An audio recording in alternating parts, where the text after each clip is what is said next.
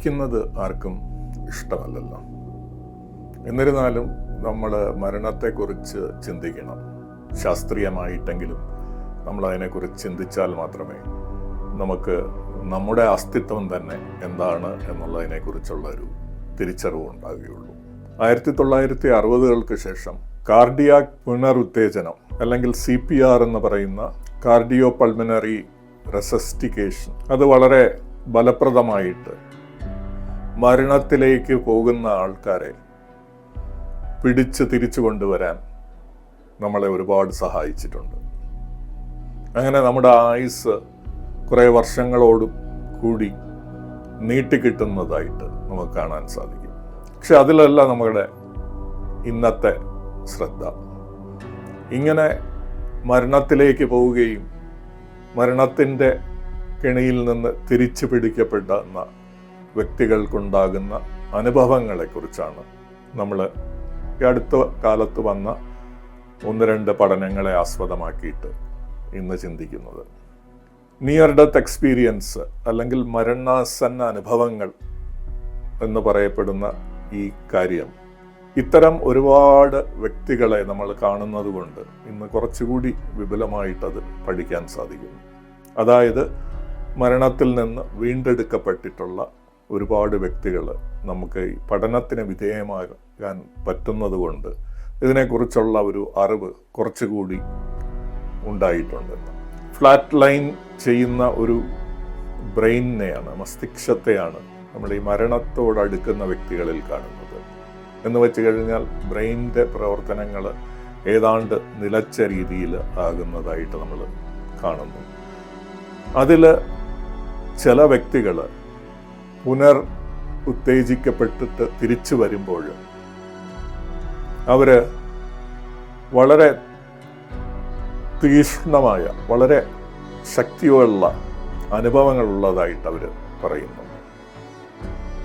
ഇത് വാസ്തവത്തിൽ നമ്മുടെ ബ്രെയിനിനെ കുറിച്ചുള്ള ബ്രെയിനിൻ്റെ പ്രവർത്തനങ്ങളെക്കുറിച്ചുള്ള അറിവുകളിൽ കുറച്ച് വ്യത്യസ്തമായിട്ടുള്ള ഒരു കാര്യമാണ്.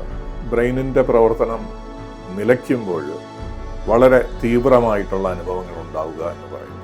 ഇതിനെക്കുറിച്ച് അനുഭവങ്ങൾ മാത്രമല്ല, നമുക്ക് എംപിറിക്കലായിട്ട് ഉപകരണങ്ങളുടെ സഹായത്തോടുകൂടി നമുക്ക് എന്ത് തിരിച്ചറിവുകൾ ഉണ്ടാക്കാൻ സാധിക്കും എന്നുള്ളതാണ് ഇവിടെ താഴെ ഡിസ്ക്രിപ്ഷനിൽ കൊടുത്തിട്ടുള്ള പഠനങ്ങൾ ചൂണ്ടിക്കാട്ടുന്നത്.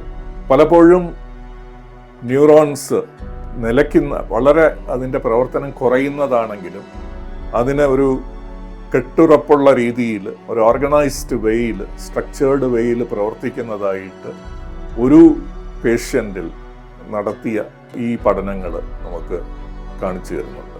അത് ഒരു ഹാർട്ട് അറ്റാക്കിന് ഒരു പാരാലിസിസിന് വിധേയനായ ഒരു പേഷ്യൻ്റ് EEG ഘടിപ്പിച്ച് കിടക്കുമ്പോൾ അദ്ദേഹത്തിന് ഒരു മാസീവായിട്ടുള്ള ഹാർട്ട് അറ്റാക്ക് വരികയും അദ്ദേഹം മരണപ്പെടുകയും ചെയ്യുന്നു.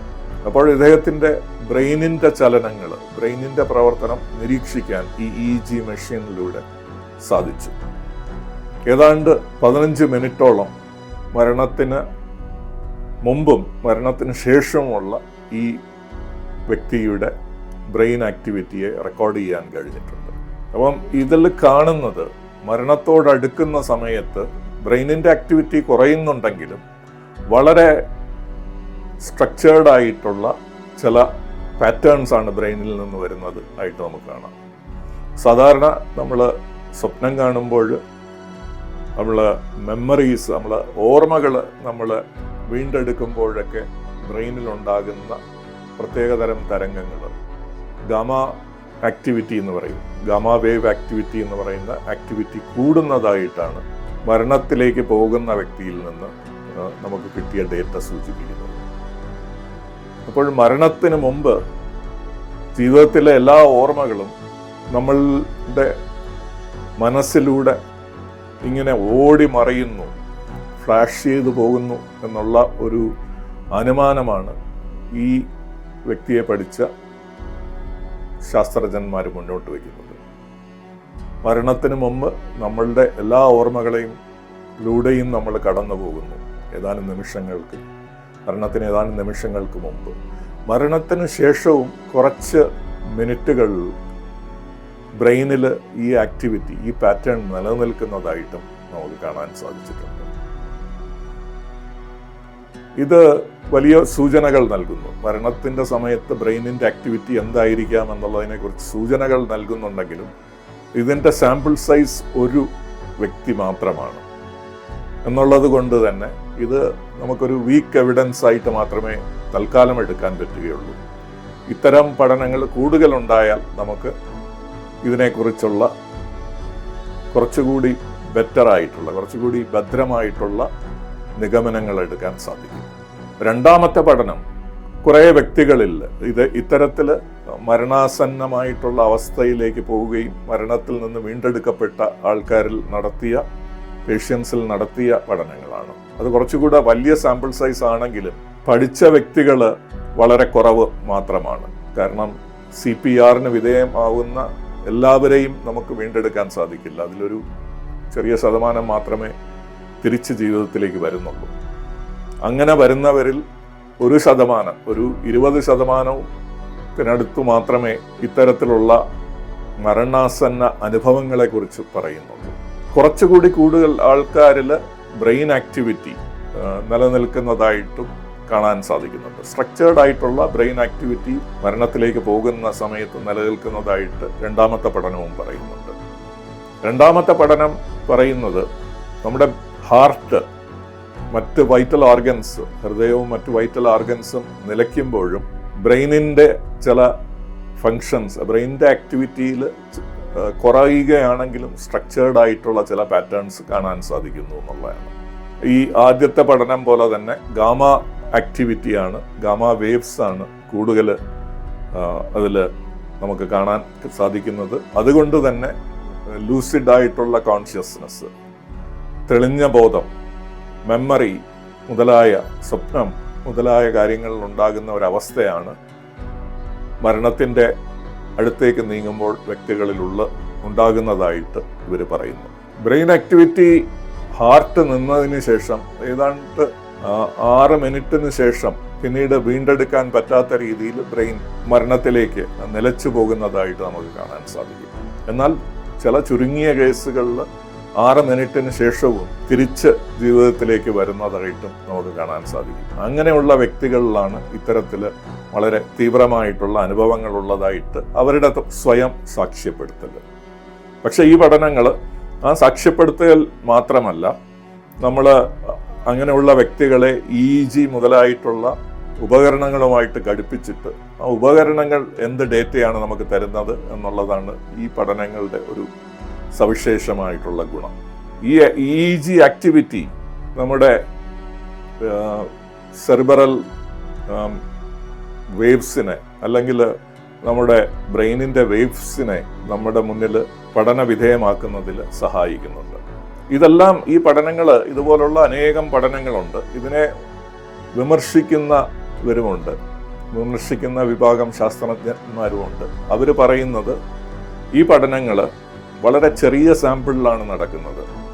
മാത്രവുമല്ല, ഈ രണ്ടാമത്തെ പഠനം നടത്തിയപ്പോൾ ബ്രെയിൻ ആക്ടിവിറ്റി സ്ട്രക്ചേർഡായിട്ട് വ്യവസ്ഥാപിത രൂപത്തിൽ നിൽക്കുന്നതായിട്ട്, മരണത്തിൻ്റെ ഒരവസ്ഥയിൽ നിൽക്കുന്നതായിട്ട് കാണുന്നവർ, ബ്രെയിൻ്റെ ആക്ടിവിറ്റി സ്ട്രക്ചേർഡായിട്ട് നിൽക്കുന്നതായിട്ട് നമുക്ക് തെളിവ് തരുന്ന സാമ്പിളുകൾ അല്ലെങ്കിൽ പേഷ്യൻസ്, ഇത്തരത്തിലുള്ള മരണാസന്ന അനുഭവങ്ങളെക്കുറിച്ച് അവർ പറയുന്നില്ല. മറിച്ച് മരണാസന്ന അനുഭവങ്ങളെക്കുറിച്ച് പറഞ്ഞവർക്ക് അങ്ങനെ ബ്രെയിൻ്റെ ആക്ടിവിറ്റിയിൽ ഒരു പാറ്റേൺ നമുക്ക് കാണുന്നതായിട്ടും പഠനങ്ങൾ സാക്ഷ്യപ്പെടുത്തുന്നില്ല. അതുകൊണ്ട് തന്നെ രണ്ടാമത്തെ പഠനം വളരെ വിമർശനത്തിന് വിധേയമായിട്ടുണ്ട്. ഒരു ചെറിയ സാമ്പിളിനെ ജനറലൈസ് ചെയ്യാൻ ശ്രമിക്കുന്നു എന്നുള്ളതാണ് വിമർശനം. പക്ഷെ ഇവിടെ വിമർശിക്കപ്പെട്ടിട്ടുള്ള കാര്യത്തെക്കുറിച്ച് നമുക്ക് ചിന്തിക്കേണ്ടതുണ്ട്. അതായത് ബ്രെയിൻ ആക്ടിവിറ്റി തീരെ ഇല്ലാത്ത വ്യക്തികളാണ് അവരെ തിരിച്ച് ഉത്തേജിപ്പിക്കുമ്പോൾ അവരെ അനുഭവങ്ങളെക്കുറിച്ച് പറയുന്നത്. ബ്രെയിൻ ആക്ടിവിറ്റി കുറച്ചെങ്കിലും നിലനിൽക്കുന്നവർ ഒരനുഭവം പറയുന്നില്ല എന്ന് പറയുന്നത് നമ്മൾ ചിന്തിക്കേണ്ടതുണ്ട്. ബ്രെയിനിൻ്റെ പ്രവർത്തനത്തിൻ്റെ അഭാവത്തിൽ തീവ്രമായിട്ടുള്ള അനുഭവങ്ങൾ ഉണ്ടാവുക നമ്മൾ ബ്രെയിനിനെ കുറിച്ച് ഇന്നുള്ള തിരിച്ചറിവിൽ വിരുദ്ധമാണ്. ബ്രെയിനിന്റെ പ്രവർത്തനങ്ങൾ കൊണ്ടാണ് അനുഭവങ്ങൾ ഉണ്ടാവുന്നത് എന്നാണ് നമ്മുടെ പൊതു ശാസ്ത്രധാരണ. അതിന് വിരുദ്ധമായിട്ട് ബ്രെയിൻ നിലയ്ക്കുമ്പോൾ, ബ്രെയിനിന്റെ പ്രവർത്തനങ്ങൾ നിലയ്ക്കുമ്പോൾ തീവ്രമായിട്ടുള്ള അനുഭവങ്ങൾ ഉണ്ടാവുക എന്ന് പറയുന്നത് വിരോധാഭാസമാണ്. ഈ ഒരു കാര്യത്തെക്കുറിച്ച് നമുക്ക് കൂടുതൽ പഠനങ്ങൾ ആവശ്യമാണ്. ചെറിയ സാമ്പിളുകൾ വെച്ച് മാത്രമേ ഇതുവരെ പഠനങ്ങൾ നടത്തിയിട്ടുള്ളൂ. കൂടുതൽ പഠനങ്ങളും ഇതേ രീതിയിലുള്ള മറ്റ് പഠനങ്ങളും മറ്റ് മൾട്ടി ഡിസിപ്ലിനറി സ്റ്റഡീസിനെ എല്ലാം യോജിപ്പിച്ചുകൊണ്ട് വേണം ഈ കാര്യത്തെക്കുറിച്ച് നമ്മൾ എന്തെങ്കിലും നിഗമനത്തിലെത്താൻ.